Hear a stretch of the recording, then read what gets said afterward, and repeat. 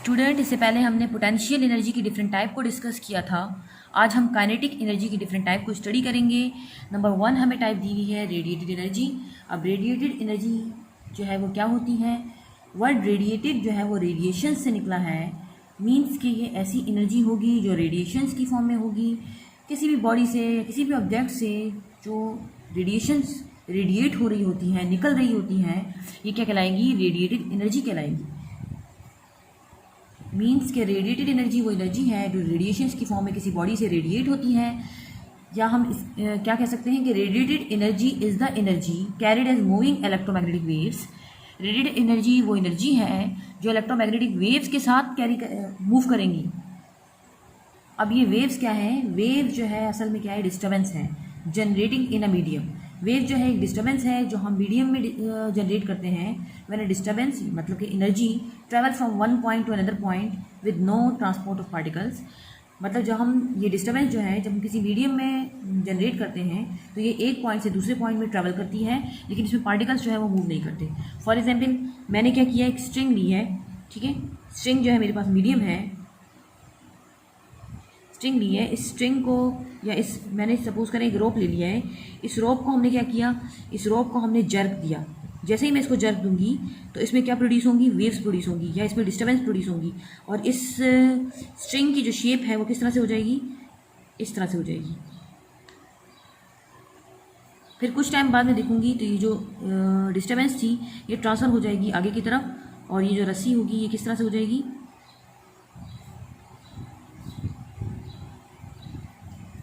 फिर कुछ टाइम बाद जो डिस्टर्बेंस है ये ट्रांसफ़र होती हुई, मतलब हमने डिस्टर्बेंस कहाँ प्रोड्यूस की थी? हमने डिस्टर्बेंस यहाँ प्रोड्यूस की, यहाँ जनरेट की, और ये जो डिस्टर्बेंस है ये ट्रैवल करती करती यहाँ तक पहुँच गई, ठीक है। लेकिन इसमें कोई पार्टिकल, इसमें ऐसा नहीं हुआ कि रोप का पार्टिकल जो है वो यहाँ से यहाँ मूव कर जाएगा। बस इसमें जो हमने एनर्जी इसमें ट्रांसफ़र की है या जो हमने इसमें डिस्टर्बेंस जनरेट की है वो एक जगह से दूसरी जगह पहुँच जाएगी। अब हम बार बार मीडियम की बात कर रहे हैं, तो मीडियम क्या है? मीडियम एक ऐसा सब्सटेंस है दैट कैरीज वेव्स या disturbance from one location to another location. Medium एक ऐसा सब्सटेंस होता है जो वेव को या डिस्टर्बेंस को एक जगह से दूसरी जगह क्या करता है? कैरी करता है। अब मीडियम आपके पास क्या हो सकता है? मीडियम आपके पास स्ट्रिंग हो सकता है, ग्लास हो सकता है, वाटर हो सकता है, एयर हो सकता है। इनके पार्टिकल्स को जब हम डिस्टर्ब करेंगे तो हमारे पास क्या प्रोड्यूस होगी? वेव्स प्रोड्यूस होगी। ओके जी, वेव्स तो हमने पढ़ लिया। वेव क्या है? तो रेडिएटेड एनर्जी वो एनर्जी है जो इलेक्ट्रोमैग्नेटिक वेव्स के साथ मूव करेंगी। अब वेव्स को हम डिवाइड करते हैं 2 टाइप्स में। वेव्स जो है उसको हमने क्लासीफाई किया है 2 में। एक हमारे पास होती है इलेक्ट्रोमैग्नेटिक वेव्स और दूसरी वेव्स होती है मैकेनिकल वेव्स। सेकंड है इलेक्ट्रोमैग्नेटिक वेव्स। इलेक्ट्रोमैग्नेटिक वेव्स क्या है? इलेक्ट्रोमैग्नेटिक वेव्स वो वेव्स होती हैं जिनको एक जगह से दूसरी जगह ट्रैवल करने के लिए मीडियम रिक्वायर्ड होगा। और मैकेनिकल वेव्स क्या है? ये वो वेव्स हैं जिसको ट्रैवल करने के लिए कोई मीडियम रिक्वायर्ड नहीं होगा। तो रेडिएटेड एनर्जी भी असल में क्या है? रेडिएटेड एनर्जी वो एनर्जी है जो मूविंग इलेक्ट्रोमैग्नेटिक वेव्स के साथ ट्रैवल करती हैं। मतलब इसको ट्रैवल करने के लिए मीडियम रिक्वायर्ड नहीं होता। फॉर एग्जांपल हम रेडिएटेड एनर्जी की एग्जांपल लेते हैं। मेरे पास सपोज करें हम बात कर रहे हैं सन की। Sun is a huge source of energy. Sun जो है वो एनर्जी का एक ह्यूज सोर्स है। कौन कौन सी एनर्जी इसमें है? लाइट एनर्जी है, हीट एनर्जी है।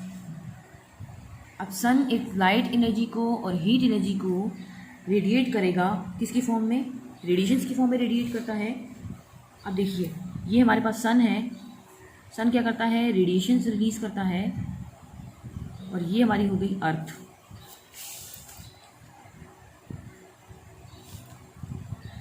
अब अर्थ जो है हमारे पास, अर्थ के सराउंडिंग में क्या मौजूद है? एटमॉस्फेयर मौजूद है, डिफरेंट तरह की गैसेज मौजूद हैं। अगर हम इससे ऊपर चले जाए, एटमॉस्फेयर से ऊपर चले जाएं, तो हमारे पास यहाँ पे क्या है? कोई मीडियम नहीं है, मतलब स्पेस है।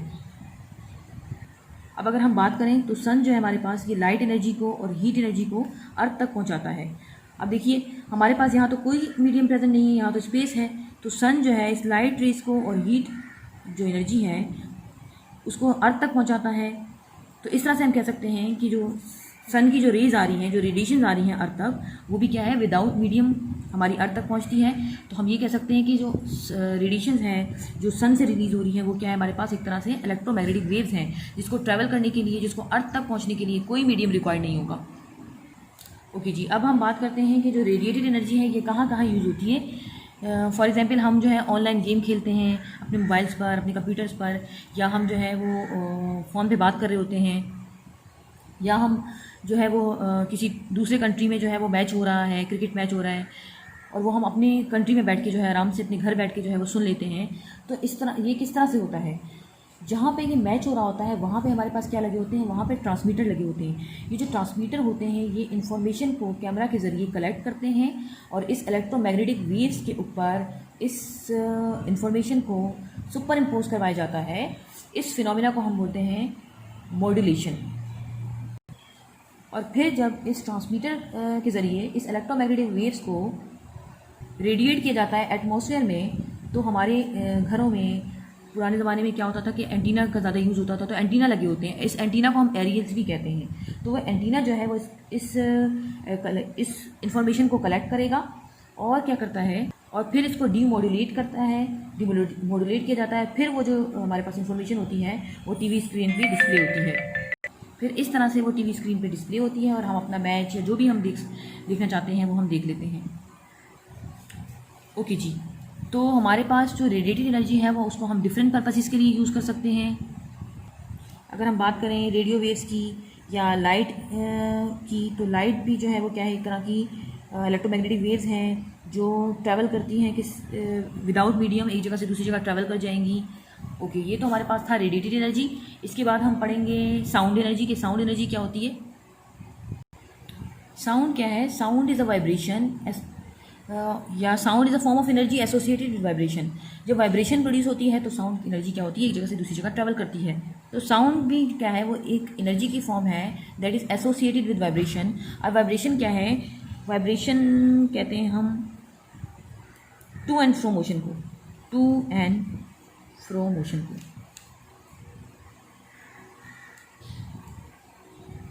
फॉर एग्जाम्पल हम टू एंड फ्रो मोशन के वाइब्रेशन की बात करते हैं। तो मेरे पास सपोज करें एक पेंडुलम है।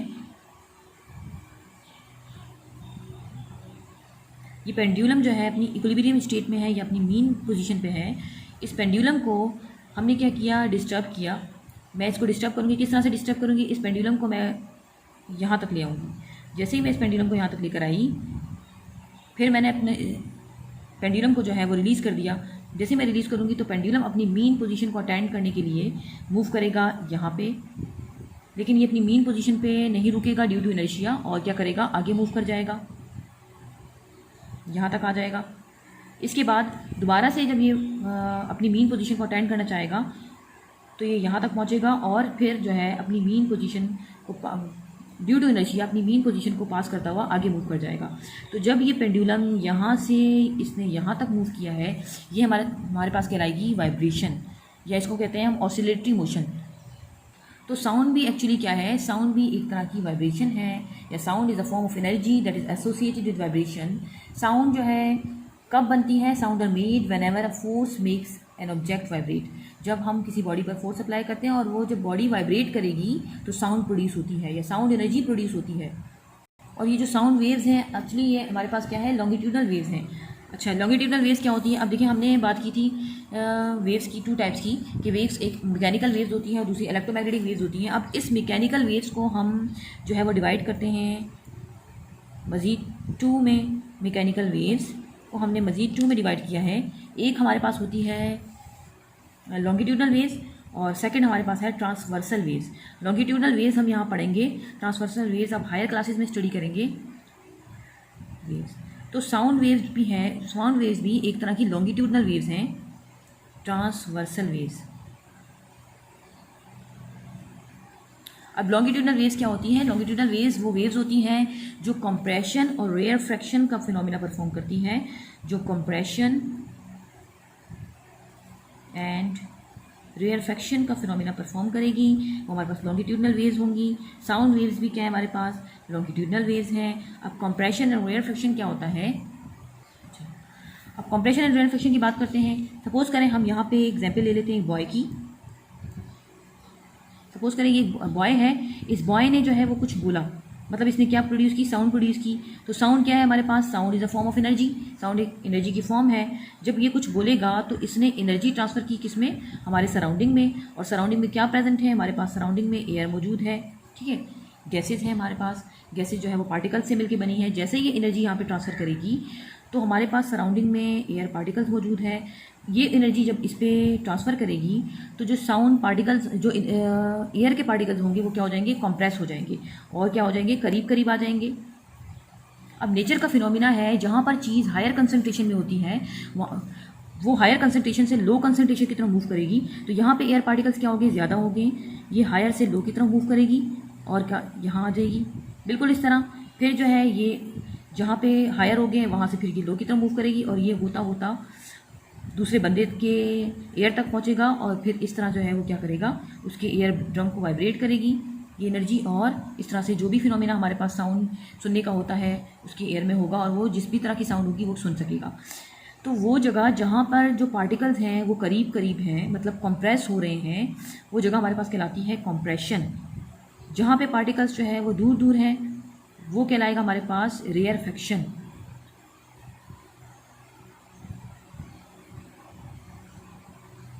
यहाँ पे ये क्या कहलाएगा, कंप्रेशन। नाम से ही पता चल रहा है कि कंप्रेस हो रहा है।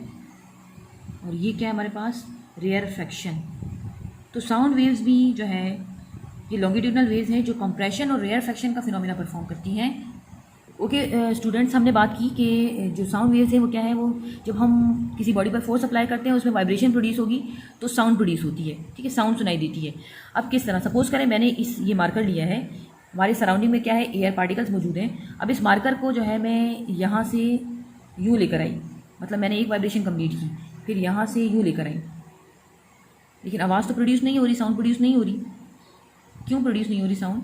हालांकि मैंने तो कहा है कि जब हम किसी पार्टिकल को डिस्टर्ब करते हैं, किसी भी मीडियम को डिस्टर्ब करेंगे या हम उसको वाइब्रेट करते हैं या उसमें एनर्जी ट्रांसफ़र करते हैं तो क्या होती है, साउंड प्रोड्यूस होती है। या उसको वाइब्रेशन करेंगे तो क्या होगा, साउंड प्रोड्यूस होगी। तो मैंने तो यहाँ से यहाँ तक और ये एक वाइब्रेशन प्रोड्यूस की है, बट जो है साउंड तो प्रोड्यूस नहीं हुई। अब ऐसा क्यों हुआ है? देखिए, हमारे पास जो ह्यूमन एयर है उसकी कुछ ऑडाइबल फ्रिक्वेंसी रेंज होती है। अब फ्रिक्वेंसी क्या है, आप 7th क्लास में पढ़ चुके हो साइंस की बुक में। फ्रिक्वेंसी 1 सेकंड में जितने नंबर ऑफ वाइब्रेशन होती है ये क्या कहलाती है, फ्रिक्वेंसी कहलाती है। तो मैंने इस मार्कर को यहाँ से यहाँ तक लेकर आई, बट साउंड प्रोड्यूस नहीं हुई। साउंड प्रोड्यूस नहीं क्यों नहीं हुई? क्योंकि ह्यूमन एयर की ऑडाइबल फ्रिक्वेंसी रेंज है, मतलब वो किस तरह की आवाज़ सुन सकता है। फ्रिक्वेंसी रेंज है कि वो किस तरह की आवाज़ सुनेगा, कितनी रेंज की आवाज़ सुन सकेगा। तो ह्यूमन एयर की जो ऑडाइबल रेंज होती है वो 20 हर्ट्ज से, हर्ट्ज हमारे पास फ्रिक्वेंसी का यूनिट है, 20 हर्ट्ज टू 20 किलो हर्ट्ज या 20,000 हर्ट्ज तक की आवाज़ जो है वो क्या होता है, उसको सुनाई देती है। अब 20,000 हर्ट्ज से अबव साउंड जो है वो हमारे पास अल्ट्रासोनिक साउंड कहलाएगी, अल्ट्रासाउंड कहलाएगी। इससे कम की अगर साउंड होगी तो भी वो नहीं सुन सकेगा और अगर इससे ज़्यादा की साउंड है तो भी नहीं सुन सकेगा।